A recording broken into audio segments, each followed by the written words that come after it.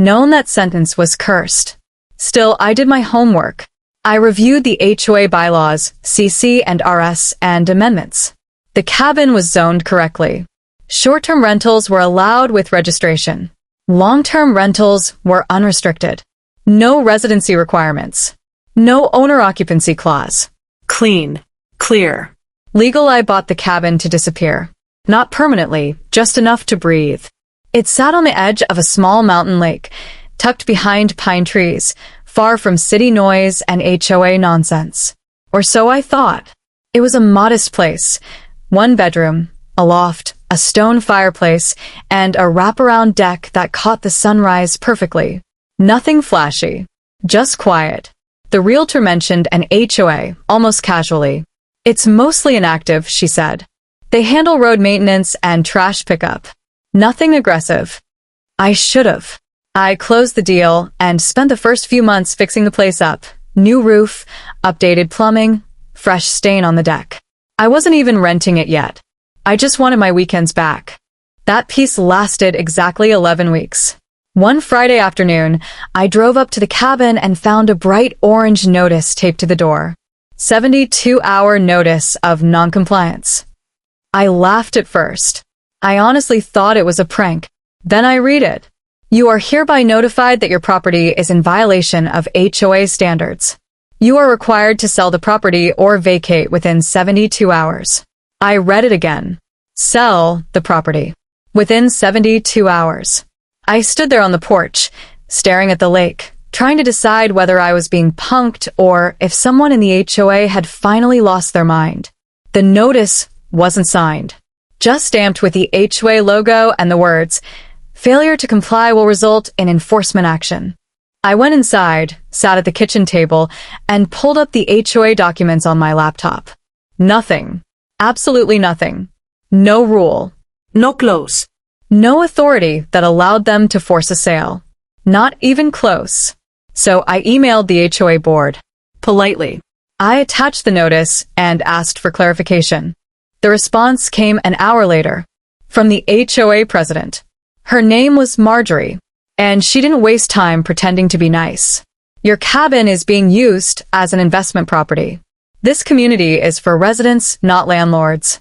You were informed of this expectation when you purchased. That was a lie. I replied calmly, citing the bylaws. Her response. The board has decided to reinterpret the rules. That sentence changed everything. Because reinterpret is HOA code for we're about to abuse our power. I asked for the specific rule they were enforcing. She didn't provide one. Instead, she escalated. The next morning, I received another notice. This one slid under the door. Final warning. That's when I realized this wasn't about rules. It was about control. And the HOA had no idea who they were dealing with. Because while they thought they could bully me into selling, they forgot one important thing. They were renting land from me. And they had been for years. They just didn't know it yet. When I said the HOA had been renting land from me without realizing it, I wasn't exaggerating. The cabin itself was only part of the property.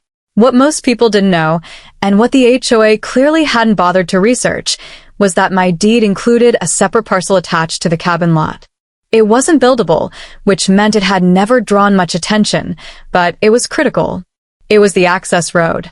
A narrow, winding gravel road that ran from the main highway up through the forest and into the heart of the HOA community. Every single homeowner used it. The HOA maintained it. They plowed it in winter. They even budgeted for it annually. But they didn't own it. The road sat squarely on my land. That wasn't a loophole or a technicality. It was written plainly in the county records. Decades ago, the original developer had sold off cabin lots but retained ownership of the road parcel. Over time, that parcel was sold, subdivided, forgotten, and eventually bundled into the land I bought. And here's the best part. There was no recorded easement. The HOA had been using the road under an informal, month-to-month access agreement with the previous owner. No contract. No fixed rate. No protections. When I bought the property, that agreement transferred to me. Automatically. The moment I realized this, I stopped responding emotionally and started thinking strategically. Because the HOA had just handed me something priceless. Leverage. I didn't rush. I didn't threaten. I didn't mention the road. Instead, I asked Marjorie politely to provide documentation showing their authority to force a sale. Her reply was smug. The board will not debate settled matters. Settled. I smiled. That evening, I drove the road slowly, noting everything the HOA depended on. The gate at the entrance, the utility access lines, the snow plow markers, the maintenance signs with the HOA logo, all of it sat on my land. I pulled the county plat maps again, confirmed parcel numbers, took screenshots, printed copies. Then I called a real estate attorney. He didn't laugh. He went quiet. Then he said, "Do they know?" No, irregular. Good, he said, because if they push this, they're exposed. The next day, the HOA escalated again. This time, it was a certified letter. They demanded I list the cabin for sale within 72 hours or face fines, legal action, and loss of community privileges. Community privileges. Like what? Using the road. The irony was almost painful. That was the moment I stopped playing defense. I drafted a single letter. 1 page. No insults. No threats. Just facts. It informed the HOA that I was the legal owner of the access road parcel. Their use of the road was governed by a revocable, month-to-month agreement effective immediately. The rental rate for road access would increase overnight. They had 5 days to respond. I sent it certified. Then I waited. 3 hours later, my phone rang. It was Marjorie. She was screaming. The phone call came less than 3 hours after the HOA received my letter. I knew it was Marjorie before I even answered. "How dare you," she shouted, skipping any form of greeting. "You can't just triple rent overnight." I stayed calm. Calm drives people like her insane. "Actually," I said, "I can. It's a month-to-month access agreement. No fixed rate. No captul. This road belongs to the community," she snapped. No, irregular. "The community uses it. I own it." Silence. Then, "This is retaliation." "No," I said evenly. "This is business. The retaliation was your 72-hour notice to sell my property." She tried a different angle. "You're holding the entire neighborhood hostage." I almost laughed. "Marjorie," I said, "your board tried to force an illegal sale." I'm responding proportionally. Her voice dropped. "We'll take legal action." "Please do," I replied. "Discovery will be fun." That shut her up. The next morning, HOA panic mode went public.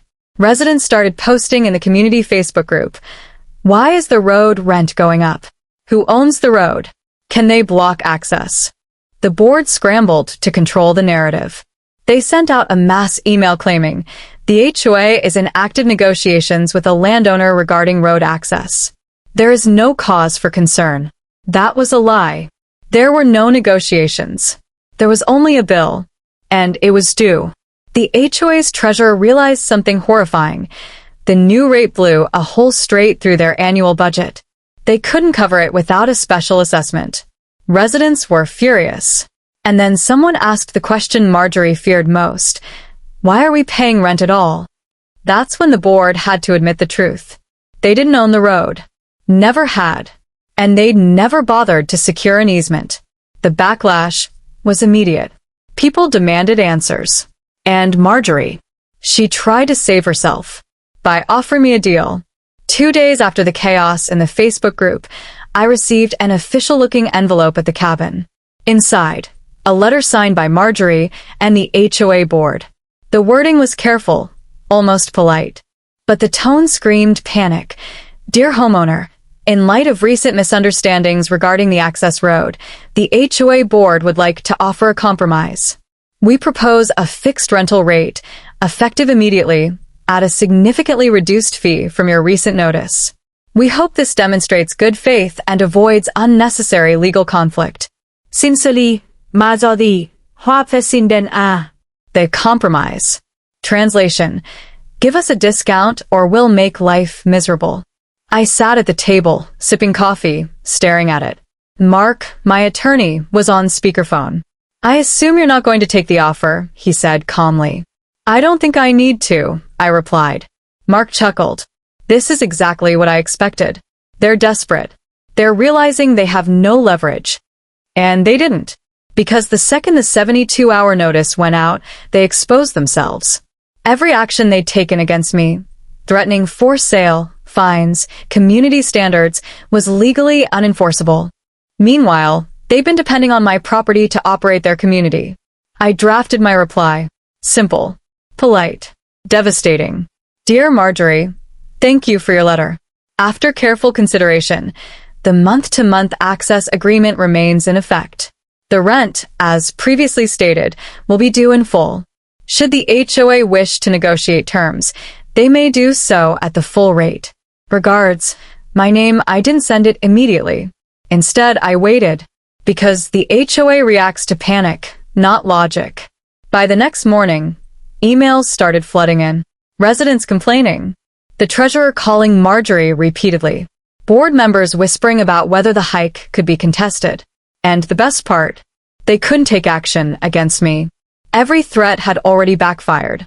Any legal maneuver would only confirm that I owned the road, and they had been trespassing under their own bylaws. I leaned back, letting the chaos unfold. It was beautiful. Marjorie called me later that evening. Her voice was tight, almost pleading. Can't we lower it a bit? I smiled. The rate is what it is. You should have thought of that before sending the 72-hour notice. Silence. Click. And just like that, the HOA had learned their lesson. But this was just the beginning. Because while I had financial leverage now, the next step, legal exposure and board chaos, was going to turn this story from satisfying to catastrophic.